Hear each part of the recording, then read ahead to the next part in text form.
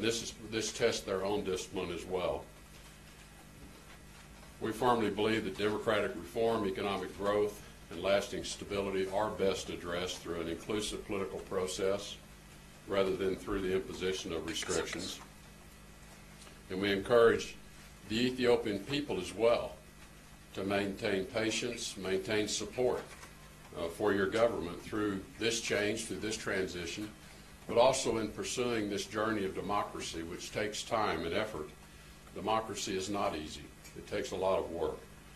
But staying with it, lasting change will come about, and do not resort to violence. Violence is simply never a solution. I was able to raise these concerns because of this very, very strong relationship that exists between Ethiopia and the United States, and we share so many values as partners. We want Ethiopia as a country to succeed and prosper, and we're confident that they will succeed and prosper, providing many, many economic benefits, not just for the Ethiopian people, but for the neighboring countries in Africa, and ultimately for U.S. business interest as well. We welcome the proactive steps that have already been taken with the release of thousands of prisoners, including journalists and political leaders, and we encourage additional concrete measures to allow greater political freedom of expression. As the seat of the African Union, Ethiopia plays a critical and significant role in leadership in the region, throughout the continent and the world, and we appreciate its efforts to further our mutual goals of peace and prosperity on the continent. This is especially true of our shared security interest as the largest contributor. Ethiopia is the largest contributor to UN peacekeeping operations. They play a vital role in AMISOM in Somalia, as well as peacekeeping efforts in Sudan and South Sudan. We have shared treasure together in trying to advance the cause of peace, and we have shared blood together in this advancement of the cause of peace, and we acknowledge that. Ethiopia's influence in supporting the security of Somalia and Djibouti are particularly important at this time to keep global commerce routes open. These routes through the Red Sea affect billions of people around the world in terms of their economic stability. And we discussed the United States is eager to help Ethiopia liberalize its economy. We think it's going to bring great opportunity and attract many business interests as they continue the process of reform and liberalization, strengthen its judicial and commercial institutions, and assist in humanitarian emergencies here and throughout the region, including the almost 1 million refugees that currently reside in Ethiopia. And we need to recognize Ethiopia's generosity in hosting those refugees. The United States is a long-term friend and partner of Ethiopia. We look forward to working with you as the people of Ethiopia seek greater peace, democracy, and prosperity, all of which we know you will succeed in achieving. Thank you. Thank you so much, Excellencies. Now back to the media. Babu Yared from EBC.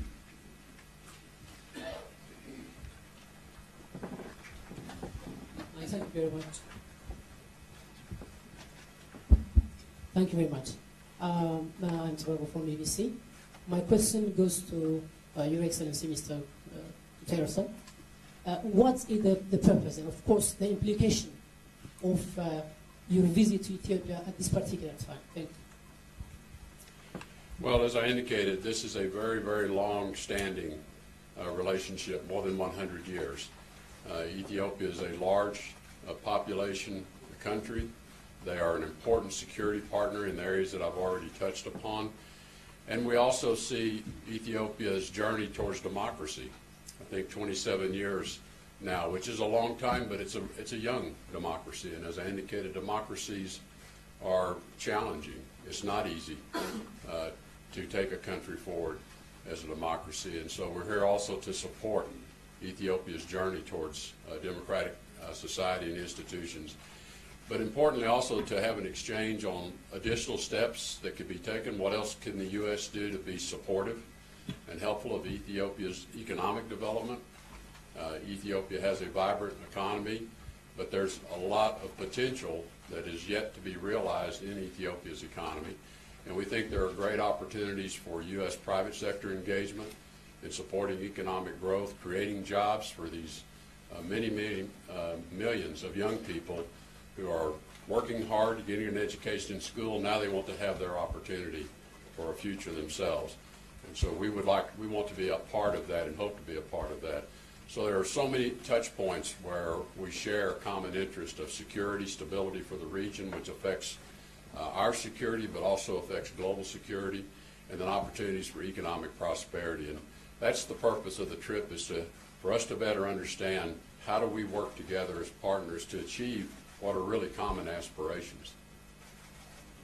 Next question, Sisai Ubishet, Afro FM. I'm trying to meet gender parity. Thank you very much. My question also goes to Secretary Tillerson. You came during the time of the second state of emergency in Ethiopia, and what is your opinion towards the state of emergency as many nations are on that, and how is the U.S. following the current political situation in Ethiopia, and what role does it want to play? Thank you very much. Well, as I indicated, first and foremost, I want to acknowledge this voluntary transfer of power. We think that's a very powerful symbol to the strength of the democratic process here in Ethiopia. And we think it's important that the parliament, which has been elected by the Ethiopian people, decide who the next leader should be. That's the way democracy should perform. So I want to first acknowledge the very positive aspects of what is happening. I know it's challenging for the country, it creates uncertainty, and that is the hard part of democracy. But we support this peaceful transfer of power. As to the state of emergency, as I indicated, we believe ultimately giving people greater freedom gives them a greater investment in this democracy as well. And so while we appreciate the government's responsibility to maintain control and not allow violence to break out and harm innocent people as well who may become victims of violence, it is important that the country move on past the state of emergency as quickly as possible. We hope that can occur. As I said, we're encouraged that a number of steps have been taken to release large numbers of people who have been detained. That's an important step. But the citizens of Ethiopia have a responsibility as well to behave in a nonviolent way. And we hope the government allows that nonviolent expression to take place. This is all part of understanding how to best serve the citizens of Ethiopia. Thank you very much. Gurum Chala from CGTV, international correspondent based in Addis. Thank you very much, Groom CGT, and Mr. Minister, thank you very much, as well as Mr. Secretary. The Ethiopian Airlines over the past few years has spent about $20 billion, that's Ethiopian money, invested in the United States and Boeing company, to be particularly straightforward. Now, when it comes to those, the money spent, 100,000 plus jobs were created in the United States. When it comes to the investments of the United States to Africa, Ethiopia particularly, we don't see much. Policy-wise, what's the next move in this country, and particularly also in the African continent, to expedite investment? And how do you view, Mr. Minister, the expectation from the Ethiopia side, the U.S. involvement in helping the country industrialize and even more trade internationally? Thank you very much. Well, we had a very robust discussion of economic opportunities and the potential economic opportunities that we see within Ethiopia. And because you mentioned the aviation connection, Ethiopia is becoming a critical hub for intercontinental traffic for people traveling from the United States, with more and more nonstop connections for Americans to travel to Addis Ababa and then make connections to other parts of the continent. I think this is going to promote a great deal of interest in Africa and in Ethiopia. You know, there are still economic reform measures that are necessary, not just in Ethiopia, but in other parts of Africa as well, to lower some of the barriers to investment, create greater certainty to outside business investors, strong rule of law, good regulatory processes. The more privatization of holdings as possible creates opportunities. But we understand this is all part of governments and transitions, economies and transitions. But that's what we encourage is what are the areas of opportunity where we believe there will be strong interest in U.S. companies to participate. I commented on, in our discussions, what we understand soon to be completed, a Continental Free Trade Agreement. And we believe stimulating intracontinental economic activity and trade from countries on the continent is actually going to create even more opportunity for inbound foreign investment and certainly U.S. business interest in wanting to be a part of the intracontinental trading system as well. Similarly with the civil aviation agreement that's being negotiated through the African Union, that once again is going to just tie the continent more closely together, more efficiently. All of these are very positive conditions for outside businesses to want to participate and be a part of. So I think a number of very positive steps are being taken. And I think it's really ensuring that American businessmen and investors understand what are the opportunities here. And we had discussions about how to do that as well. Recently creating an American Chamber of Commerce, Ethiopian Chamber of Commerce partnership is going to be very important to exposing American businesses to the opportunities here. So I think there's a lot of it in front of us yet to come. And as the conditions are created and some of these pieces come into place, I think American business and private sector interest is going to grow in Ethiopia. As Secretary has said, the issue of investment and trade is also one of the agendas that we have discussed with Secretary Tillerson. Africa is a future continent, as Secretary said, and Africa is a population who have more than 70% of youth and skill. So coming to Africa is by all measurements will benefit the business and the investment of America. So we are expecting more investors to come to Ethiopia and Africa. We are expecting more business from here to United States of America and from America to Ethiopia. Ethiopian Airlines is one of the largest airlines who have the largest passengers from here, from Africa to the United States of America and vice versa. This trade relationship will continue, and we hope that this visit also assist a lot to this boosting this investment in trade. Last question, Kylie Atwood, CBS.